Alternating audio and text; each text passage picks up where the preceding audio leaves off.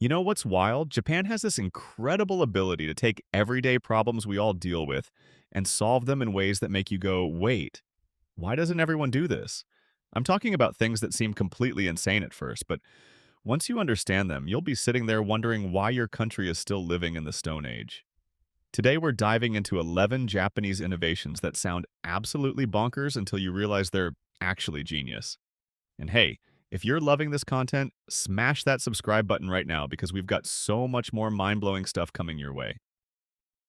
Trust me, you don't want to miss what's next. All right, let's get into it. First up, we've got to talk about heated toilet seats. Yeah, I said it. Heated toilet seats. Now I know what you're thinking. That sounds ridiculous. That sounds like the most unnecessary luxury ever invented. But hear me out. Imagine it's the middle of winter. You wake up at 3 in the morning, you stumble to the bathroom half asleep, and instead of that shocking ice-cold slap against your backside that jolts you awake like you've been electrocuted, you're greeted by gentle warmth. It's like your toilet is giving you a hug. The Japanese figured out that one of the most vulnerable moments in your day, the moment you sit down on a toilet, shouldn't be an unpleasant experience. And honestly, once you've experienced it, going back to a regular cold toilet seat feels like medieval torture. They've turned something we do multiple times every day into something actually comfortable. That's not insane, that's just smart thinking. Next, let's talk about their vending machines. But Japan has over 5 million vending machines scattered across the country. That's one vending machine for every 23 people. But here's the kicker. These aren't just your basic soda and chips machines. We're talking vending machines that sell hot ramen, fresh eggs, umbrellas, thighs, hot pizza, entire multi-course meals, and even bags of rice. There are vending machines for bananas, for dashi soup stock, for surgical masks, you name it. The reason this makes sense is because Japan has insanely high rent prices for retail space, especially in cities like Tokyo. So instead of maintaining a full store with employees and overhead costs, businesses can serve customers 24/7 through a machine that takes up barely any space. Plus, Japanese streets are incredibly safe, so vandalism isn't really an issue. It's maximum convenience with minimum waste. You can get what you need at any hour without bothering another human being. In a society that values efficiency and personal space, this is absolutely brilliant. Now here's something that blew my mind. Fake food displays outside restaurants. Walk down any street in Japan and you'll see restaurant windows filled with incredibly detailed plastic or wax models of every dish on the menu.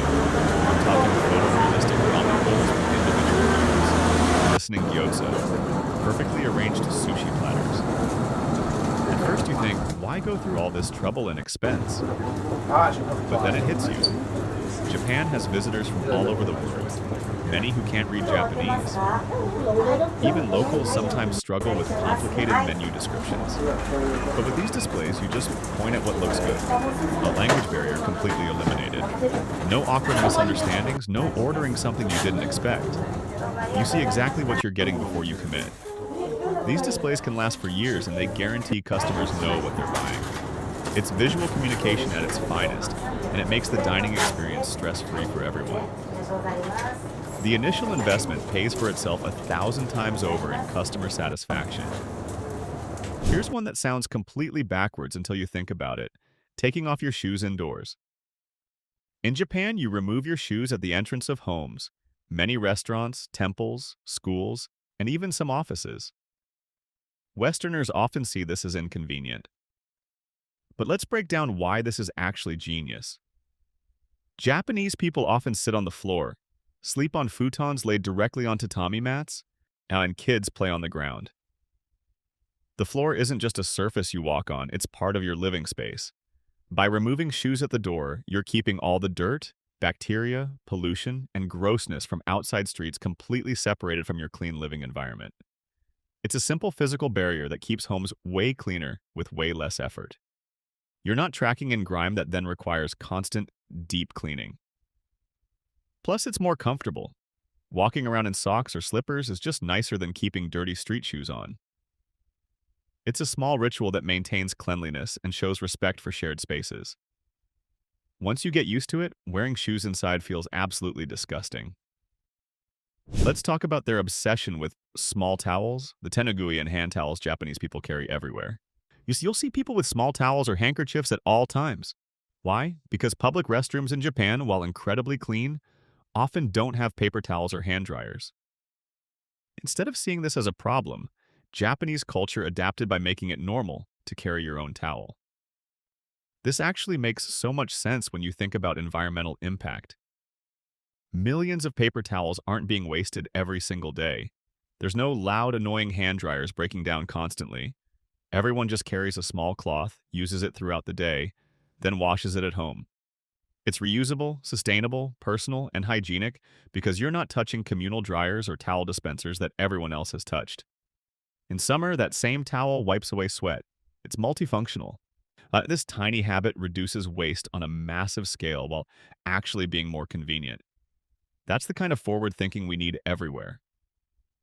Now let's get into something that seems totally insane. The fact that garbage collectors will refuse your trash if it's not sorted properly. Japan has incredibly strict garbage sorting rules. You've got burnable trash, non-burnable trash, plastics, cans, bottles, cardboard, and it varies by neighborhood with the specific collection days for each type. Get it wrong and they'll literally leave your garbage on the curb with a note explaining your mistake. Sounds harsh, right? But here's why it works. Japan is a small island nation with limited space for landfills. They can't just dump everything in a giant hole and forget about it. By sorting at the source, they maximize recycling, reduce landfill waste, and make processing way more efficient. This system has made Japan one of the world leaders in recycling rates. Citizens take responsibility for their waste instead of passing the problem to someone else. Sure, it requires discipline and effort, but the payoff is a cleaner country with less environmental damage. When everyone participates in a system that actually works, individual inconvenience becomes collective benefit. It's not insane, it's responsible. Here's something beautiful, the way they handle lost items.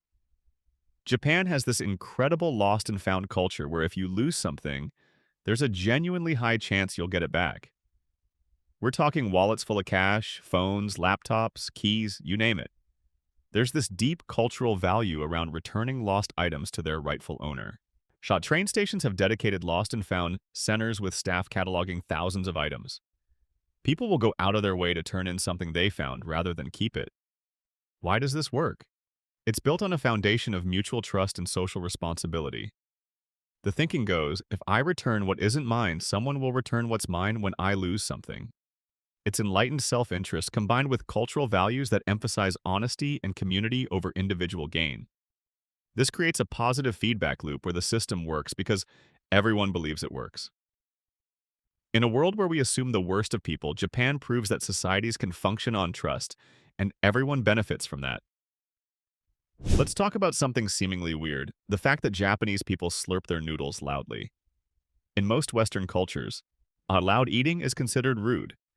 But in Japan, slurping ramen or soba is not just acceptable, it's actually preferred. Here's why this makes sense. Slurping aerates the noodles and broth, mixing them with air, which actually enhances the flavor and aroma. It's the same principle as aerating wine. You're getting the full sensory experience of the dish. Plus, ramen is served extremely hot. Slurping cools the noodles down as you eat them, preventing you from burning your mouth. It's also a compliment to the chef, showing you're enthusiastically enjoying the meal. What seems like bad manners is actually a practical technique that makes the food taste better and shows appreciation. Different cultures have different logic behind their etiquette, and once you understand the reasoning, it's hard to argue with results. The Japanese aren't being rude, they're optimizing their eating experience. Now this one's fascinating. Capsule hotels. These are literally pods barely bigger than a bed, stacked like drawers, where people sleep for the night. Sounds claustrophobic and dystopian, right? But think about the context. Japan's major cities have insane real estate prices. Business travelers who miss their last train home need somewhere to crash. Traditional hotels are expensive and often fully booked. Capsule hotels provide a clean, safe, affordable place to sleep without paying for space you don't need. You're not there to hang out, you're there to sleep. Each capsule has power outlets, reading lights, and privacy curtains. Shared bathroom facilities are spotless. You get exactly what you need for a fraction of the cost. It's efficient use of space in a country where space is premium. For travelers on a budget or salarymen who worked late, it's a perfect solution. It strips accommodation down to its essential function and prices it accordingly. That's not insane, that's just honest design. Here's something that changed my perspective: standing in line for hours for food. In Japan, it's completely normal to see lines of people waiting an hour or more outside a restaurant. At first, this seems crazy, but here's what's actually happening. Japanese culture places enormous value on craftsmanship and mastery. When a ramen shop or sushi restaurant gets a reputation for excellence, people will absolutely wait for the authentic experience. It's not just about eating, it's about respecting the craft and supporting artisans who've dedicated their lives to perfecting their art. The wait becomes part of the experience, building anticipation. And because Japanese queuing culture is so orderly and respectful, the wait itself isn't chaotic or frustrating. Everyone waits patiently, knowing they'll get their turn. This system rewards quality over speed, substance over convenience. It keeps small traditional businesses thriving instead of being crushed by fast food chains. When you're willing to wait for something truly great, you're voting with your time for a world that values excellence. That's a trade worth making. Finally, let's talk about how they handle cash.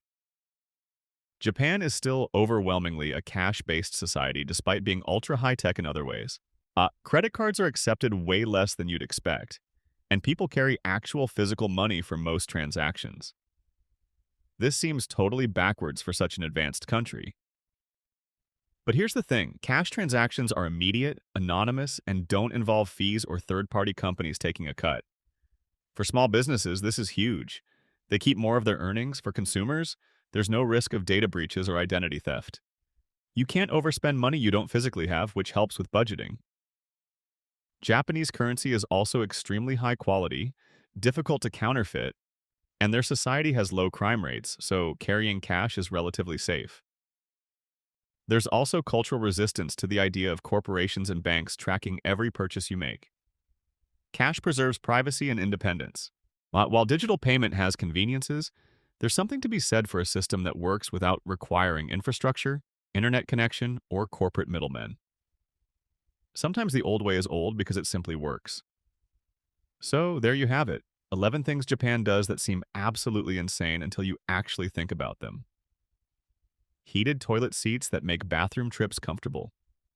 Vending machines everywhere, maximizing convenience. Fake food displays eliminating language barriers.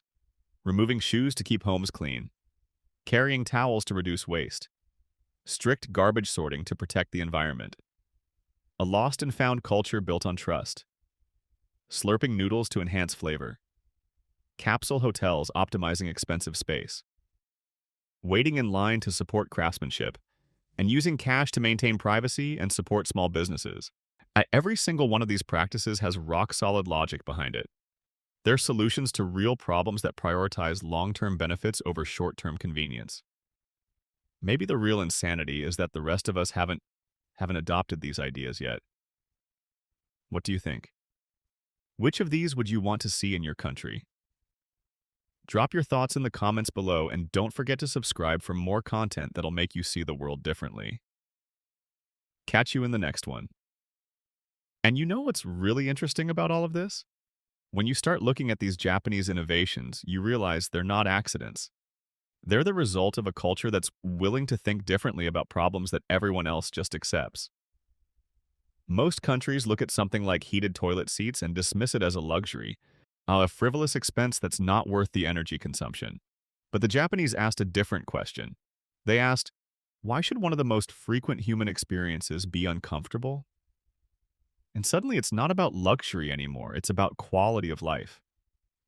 That shift in perspective, that willingness to question assumptions that everyone else takes for granted, that's where real innovation comes from. Think about the vending machine situation for a second. America has vending machines too, right? Thousands of them. But they're mostly concentrated in specific places like offices and schools and gas stations. Japan looked at the problem differently. They saw that high rent makes traditional retail nearly impossible for many businesses, and they saw that people value convenience above almost everything else. So they built an entirely different retail ecosystem around machines. It's not that Americans couldn't have done this, it's that nobody thought to prioritize solving that particular problem in that particular way. And here's something that really gets me thinking about the cultural differences. The garbage sorting system would never work in most Western countries right now because the enforcement mechanism isn't there and the cultural buy-in isn't there. If garbage collectors refused your trash in America, there would be outrage.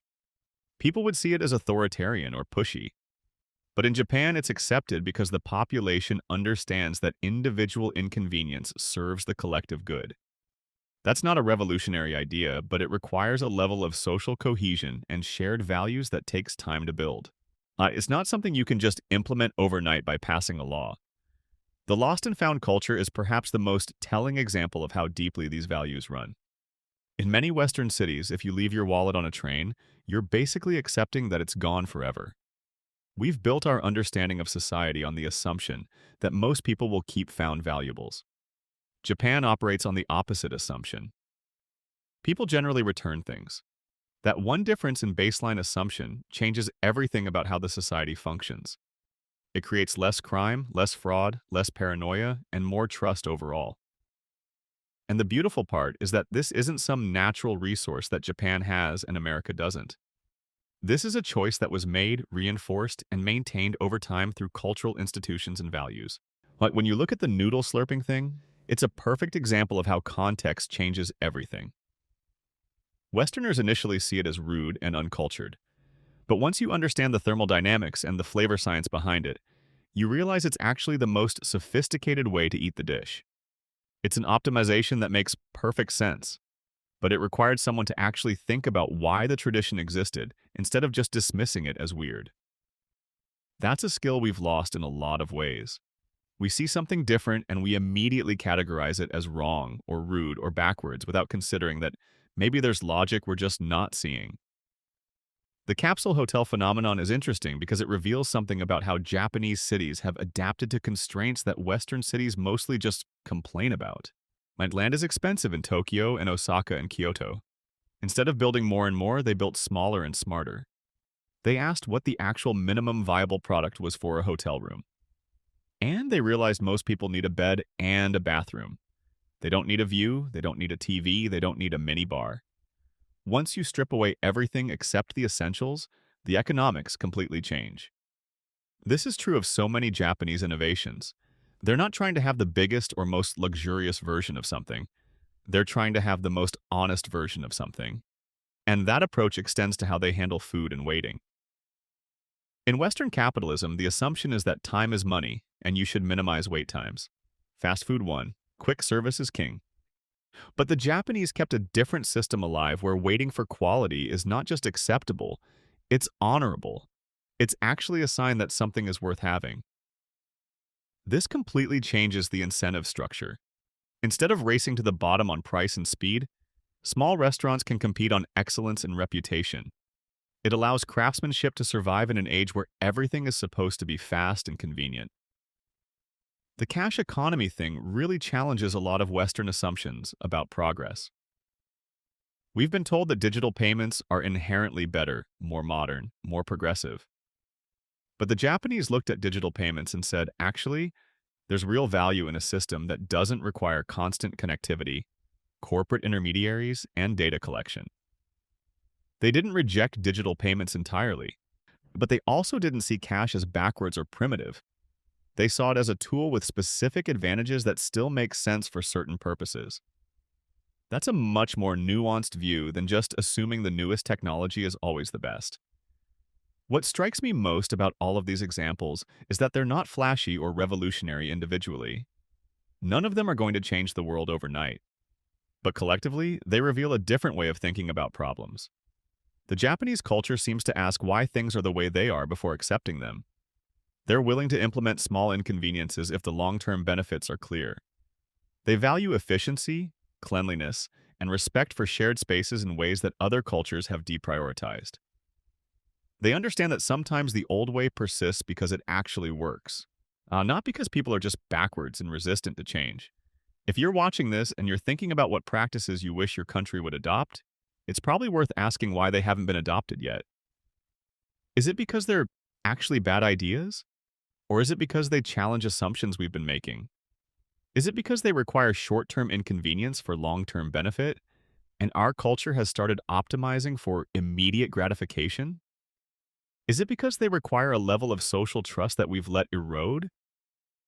Those are harder questions to answer than just saying, wow, the Japanese are so innovative. The real takeaway here isn't that every country should just copy Japanese practices. Different places have different constraints, different histories, and different values. But maybe the takeaway is that we should look at the world with more curiosity and less judgment. When something seems weird, or backwards, or inefficient, that's an opportunity to understand why people do it that way, not an invitation to dismiss it.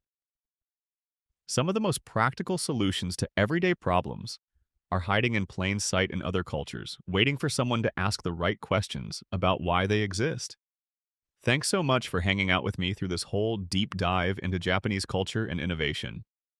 If this video made you think differently about something, or if it made you want to travel to Japan even more than you already did, please hit that like button.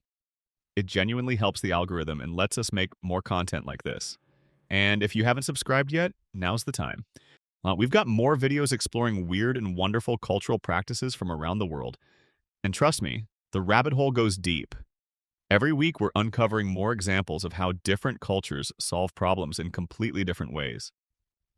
So come back and join us, because the world is so much more interesting when you start asking why instead of just accepting what you see. Thanks again, and I'll see you in the next one.